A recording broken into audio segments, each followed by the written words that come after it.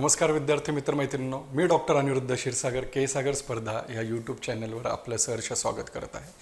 मित्रांनो, जे बहुप्रतीक्षित पुस्तक होतं एक PYQ म्हणजे प्रिव्हियस इयर क्वेश्चन जे होते TCS IBPSचे, ते पुस्तक आपलं लॉन्च झालेलं आहे 2 दिवसापूर्वी आणि तुमच्या समोर व्हिडिओ बनवायच्या आधीच त्याची पहिली आवृत्ती, त्याची पहिली print he out of stock झालेली आहे आणि काहीच वेळात किंवा एखाद्या उद्यापर्यंत ची रिप्रिंट जी आहे ती आपल्या बाजारात तुम्हापर्यंत उपलब्ध होईल. तर मित्रांनो, या पुस्तकाचा बुक रिव्ह्यू आणि प्रश्न आणि त्याचं एक्सप्लेनेशन याचा हा एक व्हिडिओ आहे. त्याचबरोबर आपण काही गोष्टींची याच्यात चर्चा करणार आहोत.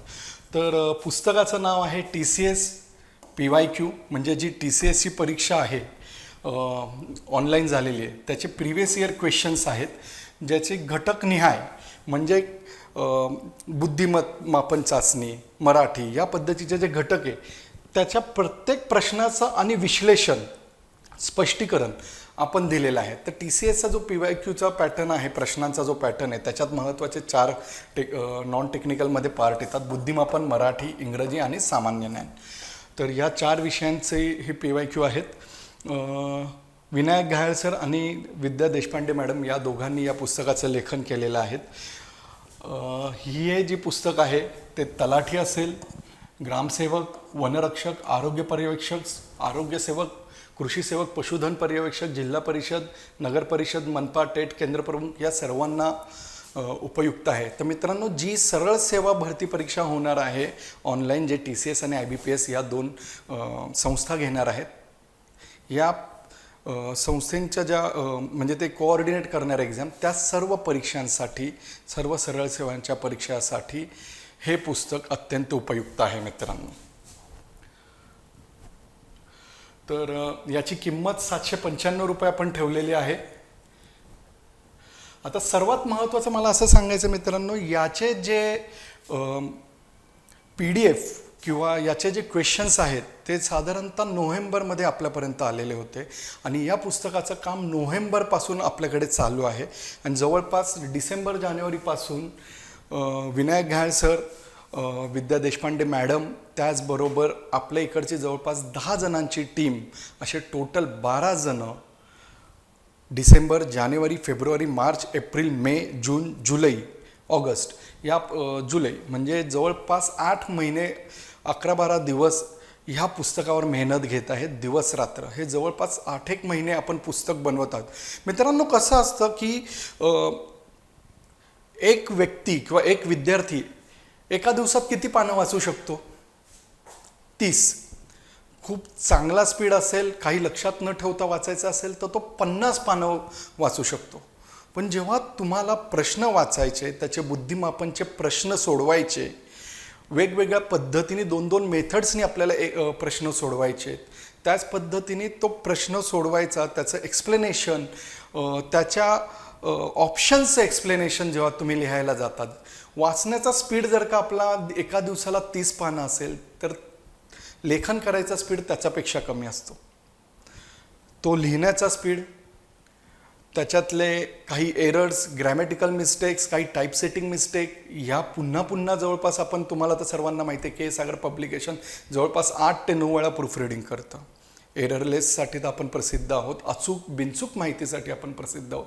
या अचूक बिनचूक माहितीमुळे आणि ही माहिती तुम्हा विद्यार्थ्यांपर्यंत पोचायला हवा, हा संदर्भ तुमच्यापर्यंत पोचायला त्यामुळे उशीर झाला आहे. कारण की 8 महिने आपण या संदर्भावर टाईप सेटिंग असेल, प्रूफ रिडिंग असेल, त्याचं लेखन असेल, त्याचं ॲनालिसिस असेल, वेगवेगळे संदर्भ, वेगवेगळे त्या पद्धतीने माहिती गोळा करणं, म्हणजे जेव्हा तुम्ही एक प्रश्न वाचाल, त्याचं एक्सप्लेनेशन कराल, त्यामध्ये नुसतं तुम्ही त्या उत्तरांनी तर उत्तराची माहिती नाही मिळणार, तर त्या ऑप्शनच्या संदर्भातली पण माहिती मिळेल. तर आपण पुढं जाऊया आणि पाहूया. तर प्रत्येक प्रश्नाचं आपण विश्लेषण केलेलं आहे. प्रत्येक विश्लेषणातून नवीन प्रश्नांची तयारी होती आहे. प्रत्येक पर्यायाच्या विश्लेषणातून संभाव्य प्रश्नाचा मागोवा घेतलेला आहे. तसंच जनरल नॉलेज चालू घडामोडीवरील प्रश्नांचे ताजे संदर्भ अद्ययावत माहिती.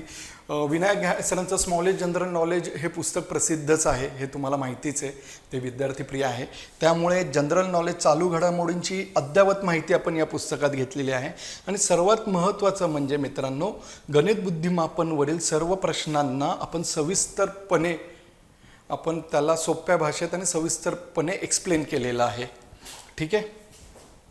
तर याच्यात त्यांनी पण सरांनी लिहिलेले आहे की आपण 8 ते दररोज 12 ते 13 तास आपण कार्यरत होतो या पद्धतीत. तर मित्रांनो, याच्यात सरांचं मनोगत आहे, पण याच्यातल्या काही महत्त्वाच्या गोष्टी मला तुम्हाला सांगाव्याशा वाटतात की जनरल नॉलेजची जी स्पष्टीकरणे दिली आहेत आपण त्यांना प्रश्नांशी संबंधित अद्ययावत आणि अधिक माहिती दिलेली आहे. त्यामुळे जिथं गरज आहे तिथं तुम्हाला व्यवस्थित एक्सप्लेनेशन झालेलं आहे. चित्र आणि नकाशांचा आपण वापर केलेला आहे. त्याच पद्धतीने काही संदिग्ध असतील, त्याच्या प्रश्नांमध्ये पर्यायामध्ये काही विसंगती आढळून आल्या असेल तर त्या पद्धतीने आपण आवश्यक तिथं ती सुधारणा केलेली आहे.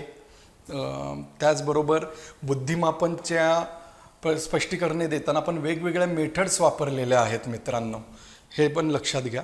मराठी आणि इंग्रजीची जी जबाबदारी आहे ती विनायक सरांच्या ज्या मॅडम आहेत, विद्या देशपांडे मॅडम, त्यांनी सांभाळलेली आहे.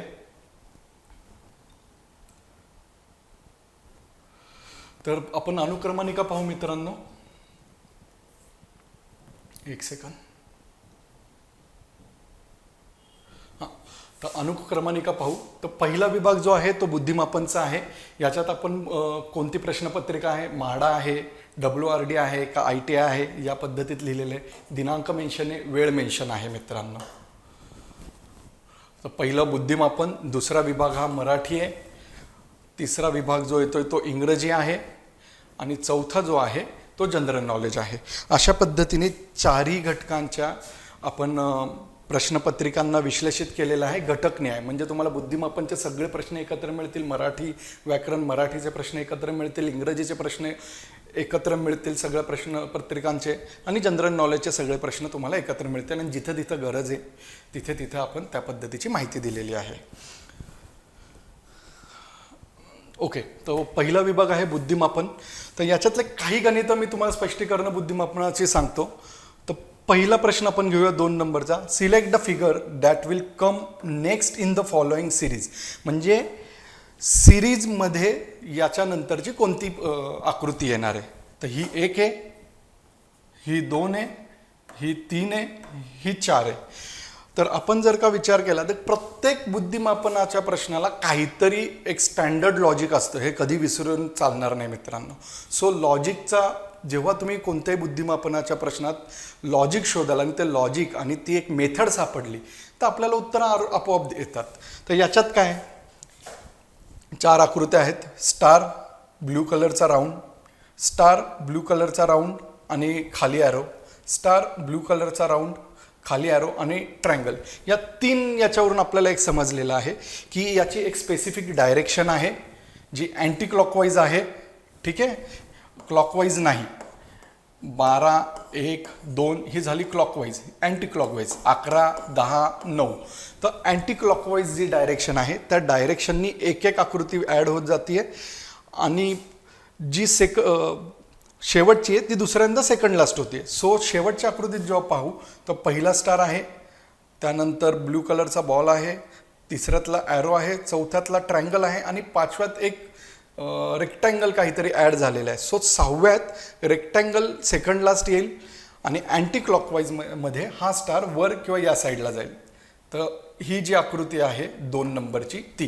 तर आपण इकडे स्पष्टीकरण पण दिलेलं आहे की आकृतीने बारकाईने निरीक्षण केल्यास आपल्या लक्षात येईल प्रत्येक वेळी चौकोनातील आकृती 2, 1 अशा क्रमाने घड्याळाच्या विरुद्ध दिशेने पुढे सरकत आहे, अँटी क्लॉकवाईज. तर हे उत्तर असेल. ठीक आहे. तर यानंतर एक चौथा पण प्रश्न पाहू. मी जस्ट तुम्हाला एक स्पष्टीकरणाशी रूबरू करून देतोय, मग आपण पुढं मराठीकडे जाऊया. चौथा प्रश्न आहे, ऋषी आणि दीपक हे 2 भाऊ आहेत, ते त्यांच्या घरापासून संध्याकाळी एका दिवशी बाहेर पडले. ऋषी कसा चालतोय ते एक दिलेलं आहे आणि दीपक कसा चालतोय. तर ऋषी कसा गेलेला आहे, तर ऋषी नॉर्थकडे म्हणजे उत्तर दिशेकडे, ऋषी वॉक 50 टॉवर्ड्स द नॉर्थ 50 पावलं तो किंवा 50 मीटर पुढं गेलेला आहे उत्तरेकडे. नंतर त्यांनी डावीकडे म्हणजे पश्चिमेकडे टर्न घेतला, 100 मीटर गेला. नंतर उजवीकडे टर्न घेऊन 150 मीटर गेला. दीपक याच पद्धतीने 50 मीटर ईस्टकडे गेला, म्हणजे हे जर का घर असेल तर इकडून तो पूर्वेकडे गेला, ईस्ट. ठीक आहे, तिकडून तो काय पद्धतीने चाललेला आहे, 50-100 या पद्धतीने आहे. उत्तर आहे 300 मीटर. तर इथे जे स्पष्टीकरण दिलंय ते बघा. घर आहे, उत्तर दिशेला पहिल्यांदा ऋषी 50 मीटर गेलाय, मग 100 मीटर, मग 150 मीटर, आणि दीपक 50, 100, 150. तर या दोघांपासूनचं एक लॉन्जिट्युडिनल अंतर आपल्याला काढायचं आहे. तर ते लॉन्जिट्युडिनल अंतर कसं आहे आणि किती आहे, तर दीपकचं ऋषीपासूनचं अंतर किती आहे, तर आपल्याला फक्त लॉन्जिट्युडिनल मोजायचं, म्हणजे 150, 50, 100. यामुळे किती झाले, 150, 50, 100, 300. त्यामुळे पर्याय कोणता होता, कदाचित दुसरा होता. तर दुसरा पर्याय उत्तर दिलेलं आहे, 300 मीटर साऊथ. एक सेकंड, 300 मीटर साऊथ. ठीक आहे. आता अजून इकडे एक प्रश्न आहे, हा आपण तिसरा पाहू आणि बुद्धिमापनवरून मराठीवर जाऊ. तर मित्रांनो, आपण प्रत्येक प्रश्न का वेळ लागला या पुस्तकाला, तर तुम्हाला बुद्धिमापन अंकगणित TCSला का घाबरल्या जातं, का अवघड जातं, कारण की TCS IBPS ही सेंट्रल लेव्हलच्या आपण काही परीक्षा कंडक्ट करते, आणि डिफिकल्टी लेवल ही जास्त करून सामान्य विज्ञान, अंकगणित, बुद्धिमापन ह्या विषयांवर डिपेंड होते कोणत्याही प्रश्नाची, कारण की तिथं प्रश्न विचारायचा खोली आणि डीपनेस जे आहे तो वाढतो. सो याच्या प्रत्येक प्रश्नाचं आपण एक्सप्लेनेशन दिले बुद्धिमापनचं, ज्याच्यात सर्वात जास्त जवळपास 3 ते 4 महिने वेळ गेलेला आहे मित्रांनो. तर यानंतर येतो मराठी, दुसरा विभाग. मराठीच्या पत्रिकेचं आपण पाहूया. याच्यातही आता आपण 5 नंबरचा प्रश्न पाहू. अपरिहार्य या शब्दाचा विरुद्धार्थी शब्द ओळखा. तर अपरिहार्य शब्दाचा विरुद्धार्थी शब्द आहे परिहार्य. अपरिहार्य म्हणजे ज्याला काही ऑप्शन नाही अशा पद्धतीने, तर परिहार्य. तर याच्यात आपण स्पष्टीकरण देताना ऐच्छिकचं काय आहे, ऐच्छिक अनैच्छिक तेही लिहिलेलं आहे. आवश्यक अनावश्यकचं काय आहे, तर लकीली हे दोघं विरुद्धार्थी शब्द बाजूबाजूलाच आले, त्यामुळं आवश्यक अनावश्यक ते एक आले. त्यानंतर 6वा प्रश्न बघू. ताने त्याचा फाटलेला शर्ट शिवून घातला या वाक्यातील चुकीचे किंवा ग्रॅमॅटिकल मिस्टेक ओळखूया, असा याचा अर्थ होतो. तर याच्यात कोणकोणते शब्द चुकीचे आहेत, ताने, शर्ट, शिवून. ताने, शर्ट, शिवून. तर हे कुठं ऑप्शन आहे, तर 2. तर मराठीत जास्त करून विरुद्धार्थी, समानार्थी, ग्रॅमॅटिकल या गोष्टी, त्याप्रमाणे प्रयोग या पद्धतीचे काही प्रश्न जास्त करून TCSला विचारले जातात. आता प्रतिबिंब. प्रतिबिंब या शब्दाचा समानार्थी शब्द कोणता आहे, तर प्रतिमा. पण आपण फक्त प्रतिबिंब पण प्रतिमा एवढं सांगून थांबलेलो नाही, तर आपण फोटोचे समानार्थी काय आहे, व्यक्तीचे समानार्थी काय आहे आणि आरसाचे समानार्थी काय आहे ते पण दिले. म्हणजे काय, तर उद्या जर का यावरून कोणी प्रश्न विचारला की दर्पण या शब्दाचा समानार्थी शब्द ओळखा, तर तुम्हाला आरसाही ओळखता येईल, मुकोरेही ओळखता येईल, आदर्शही ओळखता येईल. इसम या शब्दाचा समानार्थी शब्द ओळखा, तरी तुम्हाला व्यक्ती पण माहिती आहे, मनुष्य पण माहिती आहे, माणूस पण माहिती आहे. म्हणजे जर का आपण डिटेल्ड एक्सप्लेनेशन दिल्यामुळे काय होते मित्रांनो, आपल्या एका प्रश्नामधून 4-4 प्रश्नांची तयारी होते. 4 ऑप्शन्समधून 4-4 प्रश्न. जर का तुम्ही लॉजिकली विचार केला, तुम्ही स्वतःचा ब्रेन ओपन ठेवून अभ्यास केला, विचार केला प्रत्येक एक्सप्लेनेशनवर, तर तुम्हाला स्वतःला समजेल की आपण एकेका प्रश्नातून जवळपास किमान 4-4 प्रश्नाची तुमची तयारी होती. म्हणजे तुम्ही एकदा प्रतिबिंब वाचताय, त्याचबरोबर तुम्हाला व्यक्ती आणि आरसा या 2 शब्दांचेही समानार्थी शब्द समजून जातात. ते तुम्ही मागं अपरिहार्यचं परिहार्य पाहिलं, त्याच वेळेला तुम्हाला अनावश्यकचं काय आहे, आवश्यक आहे हा विरुद्धार्थी पण समजलाय, ऐच्छिकचा अनैच्छिक आहे हा पण विरुद्धार्थी समजलाय. म्हणजे तुम्ही एका प्रश्नातून 3 प्रश्नांचा कंटेंट तुम्हाला मिळाला आहे किमान. तर या पद्धतीने आपण एक्सप्लेनेशन प्रत्येक प्रश्नाचं केले, म्हणून वेळ लागलाय. त्याचबरोबर आता मराठीचे पाणिनी म्हणून कोणाला ओळखले जाते, तर दादोबा तळखरकर यांना आपण पाणिनी म्हणून ओळखतो मराठी भाषेचे. पण तिथंच आपण थांबलेलो नाही एक्सप्लेनेशनला. आपण त्यांची साहित्यकृती काय आहे, यशोदा पांडुरंगी, पारमांसिक ब्राह्मधर्म, धर्मविवेचन, मराठी भाषेचे व्याकरण, या पद्धतीने आपण सगळ्याच गोष्टी इथे दिलेल्या आहे. म्हणजे त्यांच्या साहित्य संपदेवर जरी प्रश्न विचारला तरी तुम्हाला त्याचं उत्तर येणार आहे मित्रांनो. एक्सप्लेनेशन म्हणजे 3 पद्धतीचं असतं. एक असतं दिलेलं द्यायचं म्हणून, दुसरं असतं अनरिलेटेड रिलेटेड, आणि तिसरं असतं संपूर्ण एक्सप्लेनेशन, म्हणजे ज्याच्यात त्या संदर्भात आपण बोललेलो असतो त्याच पद्धतीने त्याचे जे ऑप्शन्स असतात त्यांनासुद्धा आपण एक्सप्लेन करतो. कारण की प्रश्न विचारायची एक पद्धत असते. त्या पद्धतीत काय होतं मित्रांनो की जो प्रश्न किंवा आपण एका विभागावर प्रश्न विचारतो तर त्या विभागावरून जेव्हा प्रश्न विचारतो तेव्हा त्या विभागातलेच ऑप्शन्स असतात. त्यामुळे त्याच्यावरून प्रश्न येतो. जसं मी बऱ्याच वेळेला हा प्रश्न घेत असतो की पश्चिम वाहिनी नदी कोणती? नर्मदा. त्याचे ऑप्शन असतील 4, गोदावरी वगैरे, किंवा सरदार सरोवर कोणत्या नदीवर आहे आणि त्याचे ऑप्शन असेल 4 की गोदावरी वगैरे. तर अचानक तुम्हाला त्याच्यावरून गोदावरीहून कोणतं सरोवर आहे, त्यानंतर धरण कोणतं आहे, या पद्धतीचाच प्रश्न पुढच्या वेळेला जास्त करून डेव्हलप होतात. म्हणून PYQला आपण थोडाफार इम्पॉर्टन्स देतो, पण त्याचबरोबर डिस्क्रिप्टिव्ह म्हणजे संपूर्ण अभ्यासाला तेवढंच महत्त्व आहे. हे कधीच विसरून चालणार नाही मित्रांनो. तर हे मराठी झालं. यानंतर इंग्रजीमध्ये पण आपण एक्सप्लेनेशन दिलेलं आहे. इकडे आपल्याला करेक्ट वाक्याचं स्पेलिंग मिस्टेक होती, ती स्पेलिंग आपल्याला शोधून दाखवायचं होतं, स्पेलिंग मिस्टेक ते असेल, किंवा पॅसिव्ह ॲक्टिव्ह व्हॉईसमध्ये रूपांतर करताना सिम्पल पास्टमधून सब्जेक्ट, या पद्धतीचं आपण प्रॉपरली ग्रॅमॅटिकललाही एक्सप्लेनेशन दिलेलं आहे की कशा पद्धतीने आहे. बरं, ओके. चौथा विभाग येतो तो जनरल नॉलेज. जनरल नॉलेजचं कसं आहे मित्रांनो की आता पहिला प्रश्न बघूया.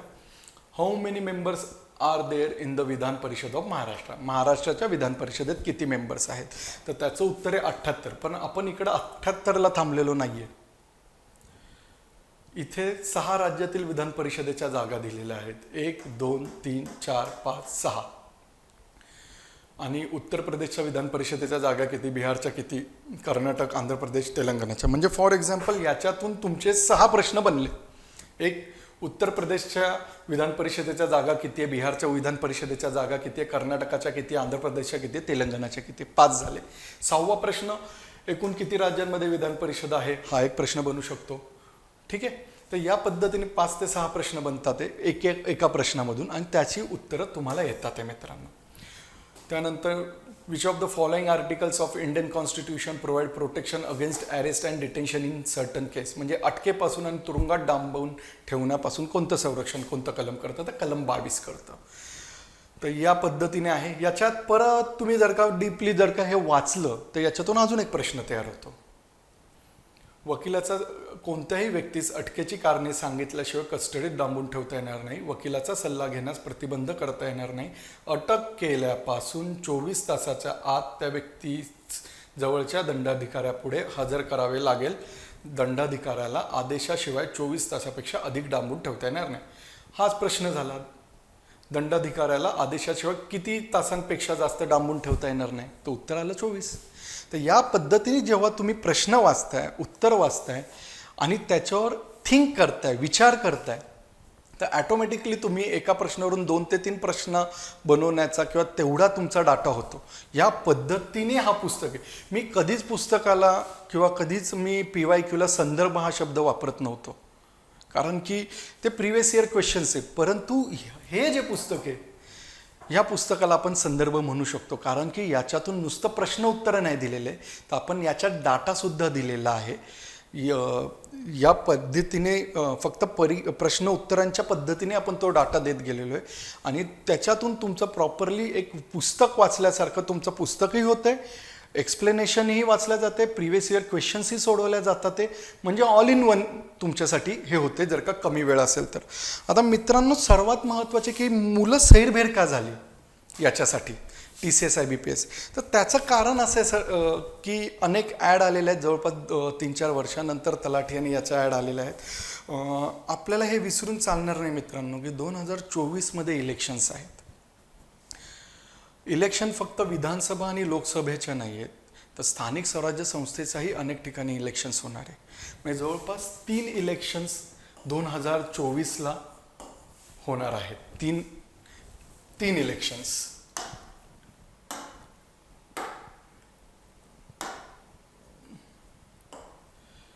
तीन इलेक्शन्स 2024ला होणार आहेत. तीन. आणि जर का आचारसंहिता त्याच्या आधीचा आणि नंतरचा सगळा काळ घेतला तर 6 महिने जातात. जर का ह्या सगळ्या इलेक्शन वेगवेगळ्या झाल्या तर 3दा आचारसंहिता, इलेक्शन, त्यानंतर सरकार स्थापन, मंत्रिमंडळ स्थापन, ह्या सगळ्या पद्धतीचा जर का वेळ गेला तर 2024ला साधारणतः 8 ते 9 महिने हा काळ हा सरळ सेवांना लवकर अशा परीक्षा होतील असा नाही आहे. त्यामुळे साधारणतः सरळ सेवेची जी दुसरी ॲड येईल त्याचा एक टेंटेटिव्ह अंदाज किंवा एक लॉजिकली अंदाज, जर का सरकारने सगळ्याच गोष्टी फास्ट केल्या तर डेफिनेटली 24ला यावी आणि येईल. पण नाही आले तर साधारणतः ॲड यायचे चान्सेस हे 2025 जूनला आहेत मित्रांनो. म्हणजे जवळपास 1.5 वर्ष मध्ये परत कोणतं पद भरती होणार नाही सरळ सेवेतून. 2025ला डिस्क्रिप्टिव्ह पॅटर्न येतोय. त्यामुळे अनेक राज्यसेवेची जी मुलं आहेत, कंबाईनची मुलं आहेत, ती सरळ सेवेलाही अभ्यास करतात आहे. कारण की 5-5, 6-6 वर्ष झालेले आहेत ते राज्यसेवा देतात. ते MCQ पॅटर्नमधून ते कदाचित अजून यशस्वी झालेले नसतील, पण हातात काहीतरी ठेवून पुढच्या वर्षीचा अभ्यास करायला हवा. 2025चा अभ्यास करायचा आहे. यासाठी ते अनेक विद्यार्थी तलाठी आणि अनेक सरळ सेवांच्या परीक्षा देत आहेत. त्यामुळं ज्यांचं नॉलेज जास्त आहे असे अचानक विद्यार्थी वाढल्यामुळे या परीक्षा पद्धतीची काठिण्य पातळी तर वाढेलच. काठिण्य पातळी जरी नाही वाढली तर मेरिट लिस्ट जे आहे, रँकिंग जे आहे ते डेफिनेटली वाढणार आहे. जे 100पैकी 70 असेल तर आता ते 100पैकी 90वर जाईल. कारण की हुशार विद्यार्थी जास्त परीक्षा देतात. एक साधारणतः आपण एक रियालिटी चेक घेतला मित्रांनो तर 4 लाख मुलं जर का फॉर्म भरत असतील आणि 23 वर्षापासून आपण 33 वर्ष या 10 वर्षाची जर का विद्यार्थ्यांची संख्या पाहिली तर साधारणतः प्रत्येक वर्षाला 40,000 अशा मिनिमम पद्धतीने मुलं पेपर देतात. म्हणजे जर का फक्त 2 वर्षाची एज बार झाली 25च्या ॲडपर्यंत तर 80,000 मुलं स्पर्धेतून जातील. नवीन 80,000 येणारच आहे. पण जुनी 3,20,000 मुलं जी आहेत ही मुलं परीक्षा 2025चा सिलेबसला चेंज होणार आहे, डिस्क्रिप्टिव्ह पॅटर्नला चेंज होणार आहे. आणि ही 3,20,000 मुलं किमान याच्यातली किमान 50-60% जरी पकडली तरी जवळपास 2 लाखापर्यंत मुलं जातात. ही सगळी मुलं मित्रांनो सरळ सेवेला उतरत आहेत. कारण की यांच्याकडे हाच ऑप्शन आहे की हातात पोस्ट ठेवून आपल्याला पुढं जायचं आहे. ह्या 1.5 वर्षात अनेकांचे स्वप्न बदलणार आहेत. काहींच्या घरी काही प्रॉब्लेम्स येऊ शकतात आणि MPSCपासून लांब जाऊ शकतात. काही विद्यार्थिनी आहेत की ज्या 25-26 वर्षाच्या आहेत, त्यांच्या आईवडिलांनी हा शेवटचा चान्स म्हणून तुम्हाला परीक्षेला बसून देतात, MPSC देतात. 2023-24 तुझा शेवटचं वर्ष आहे, तिथं तू अभ्यास कर, नाही झालीस तर पोरी आम्हाला तुझं लग्न लावून द्यावं लागेल. अनेक मुलांचे आईवडील म्हणतात की बाबा 5 वर्ष तुला सांभाळलं, 6व्या वर्षापासून आता हात जोडतो, आम्ही काय तुला सांभाळू शकत नाही, तू तुझं काम कर, तुझं बघ आणि MPSC दे. आता खाईन तर मी MPSCशीच आणि MPSCच करायचं आहे. आपल्या डोक्यात आहे, आपल्याला ती जिद्द आहे, आपल्याला सगळ्या गोष्टी करायच्या आहेत आणि इथेच यश मिळवायचं आहे. या पद्धतीत आपण असताना ह्या 1.5 वर्षात कितीतरी चेंज होतील. किती जणांचे तरी स्वप्न तुटणार आहे, किती जण तरी दुसऱ्या वडिलांच्या शेतात जातील, वडिलांच्या किराणा मालाच्या दुकानात बसतील, अनेक विद्यार्थिनींचं लग्न होऊ शकतं. अशा अनेक गोष्टी आहेत आणि हा जो अटेम्प्ट आहे हा शेवटचा आहे. कारण की 2024ला एक साधारणतः टेंटेटिव्ह असा अंदाज येतोय की सरळ सेवाचे चान्सेस कमी आहे. कारण की जवळपास 3 स्थानिक स्वराज्य असेल, लोकसभा, विधानसभा अशा जेव्हा निवडणुका असतील या सगळ्या ह्याच्यात ह्या बाकीच्या परीक्षा व्हायचे चान्सेस कमी. हां, पण डेफिनेटली आचारसंहिता याचा सगळा विचार केला तर गट अ गट बच्या ज्या जाहिराती आहेत त्या कदाचित ऑक्टोबर एंड नोव्हेंबर स्टार्टला पण येऊ शकतात लवकर किंवा कदाचित जानेवारीला पण जाऊ शकतात. तर ह्या अशा पद्धतीचं सगळ्या व्हाईस वर्षा सिच्युएशन आहे. पण याच्यात जर का एक विद्यार्थी म्हणून आपण विचार केला तर डेफिनेटली अभी नहीं तो 2 साल या पद्धतीचा आपल्याला इथं विचार करावा लागेल. हा अटेम्प्ट नाही केला तर 2 वर्षांनी म्हणजे 25चा मी 27 होईल, 27चा मी 29 होईल. या पद्धतीने हे सगळे चान्स जाणार आहे. हातात परीक्षा करून अधिकारी बनायचं हे शेवटचं आहे. त्यामुळे अनेक विद्यार्थी मला बोलतात आहे, दादा मी एक पुस्तक घेतलं दुसरं घेऊ का? 100% घ्या. 1000 रुपये एक्स्ट्रा जातील पण आपल्याला चान्स नाही घ्यायचा. दादा एक बॅच 399ची होती एका सरांची, दुसरी बॅच 799ची होती, म्हणून मी 399ची बॅच लावली. आता वाटते 799ची बॅच करायला चांगलं होतं. ते सर जास्त चांगलं शिकवतात. ते दादा काय करू? 399ची घेतली, काय करू? नाही समजत आहे, कन्फ्यूज होत आहे, घेऊन टाका 799. दोन्ही बॅच पहा, आलटून पालटून पहा. पैसे जाऊ द्या, कदाचित या सगळ्या गोष्टींनी जास्तीत जास्त 3 ते 4 हजार रुपये जातील तुमच्या मित्रांनो. अजून एक पुस्तक वाचलं तर चालेल का? कन्फ्यूज नका हो, घेऊन टाका, वाचा. अजून एक क्लास लावला तर चालेल का?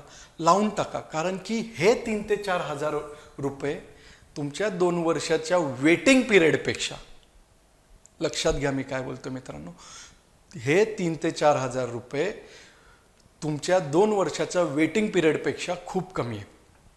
त्यामुळे एक घेतलंय दुसरं घेऊ का? नाही. तू नाही घेतलंस ना मित्रा, दुसरा मुलगा घेणार आहे, दुसरी विद्यार्थिनी घेणार आहे, ती वाचणार आहे, ती जास्त अभ्यास करणार आहे. कारण ही परीक्षेलाच नाव आहे, स्पर्धा परीक्षा. ही स्पर्धेची परीक्षा आहे. कोणी कोणासाठी थांबणार नाही. जो एक पाऊल पुढं तो जिंकणार आहे. आणि यशस्वी अधिकारी आणि अभ्यास करणारे विद्यार्थी दोघांच्यात एकच फरक असतो, निर्विचारांची स्पष्टता आणि दुसरं गोष्ट म्हणजे निर्णय तत्परता. नाही वाटत आहे ना या पुस्तकाबरोबर अजून एक पुस्तकाचा अभ्यास करावा वाटतोय ना, घ्या लगेच, होईल, निम्म वाचेल, नाही वाचल्या जाणार, हरकत नाही ना, नॉलेजच मिळते ना. कदाचित त्या दुसऱ्या पुस्तकातून 2 प्रश्न सुटेल. 399ची बॅच घेतली आहे, नाही समजत ते 4 टॉपिक, ठीक आहे, 799मधून ते 4 टॉपिक चांगले समजतात, ते पूर्ण एक विषय तर समजला जातोय. सो मित्रांनो, think about your waiting period. मी घाबरत नाही आहे, पण ह्या गोष्टींचाही विचार करायला हवा आपल्याला की आत्ता परीक्षा झाली सरळ सेवेची तर याच्यानंतर कदाचित वेटिंग पिरियड जास्त राहील. आपल्या हातात एखादी पोस्ट घेऊन कधीही पुढं जाऊन अभ्यास करणं, याचा हा शेवटचा चान्स आहे मित्रांनो. 2025ला डिस्क्रिप्टिव्ह पॅटर्न येत असेल तर अभ्यास पद्धतीही बदलायची. त्याबरोबर जर का आपल्याला सेफर साईड कोणती पोस्ट हातात असेल तर कधीही चांगला आहे मित्रांनो. त्या पद्धतीने TCS IBPS PYQ या पुस्तकाची आपण रचना केलेली आहे मित्रांनो. याच्यात प्रत्येक प्रश्नाला आपण एक्सप्लेनेशन दिलेलं आहे आणि जवळपास 8 महिने या पुस्तकावर पूर्ण केसागर परिवाराने, विनायक घायल सर असतील, देशपांडे मॅडम असतील, सगळ्यांनी, आमच्या इकडच्या जे प्रूफ रिडिंगचा स्टाफ असेल 4 ते 5 जणं, तसेच DTPचा जो स्टाफ आहे 4 ते 5 जणं, त्याचबरोबर माझे वडील, सगळ्यांनी या पुस्तकावर पूर्णतः मेहनत घेतलेली आहे. प्रत्येक प्रश्नाला एक्सप्लेन केलेलं आहे. आणि जेव्हा पुस्तक तुम्हाला बिनचूक अचूक द्यायचं असतं आणि जवळपास 900 पानं लिहायची असतात, त्याचं एक्सप्लेनेशन लिहायचं असतं, ग्रॅमॅटिकली त्याच्या मिस्टेक्स पाहायच्या असतात, मराठी इंग्रजीचं व्याकरण पाहायचं असतं, तेव्हा वेळ लागतो. आणि त्याचबरोबर ह्या पुस्तकातून तुमचा जास्तीत जास्त अभ्यास होईल, तुम्ही जास्तीत जास्त आउटपुट काढाल याची मला खात्री वाटते. आणि मी इथंच माझं लेक्चर थांबवतो. धन्यवाद मित्रांनो.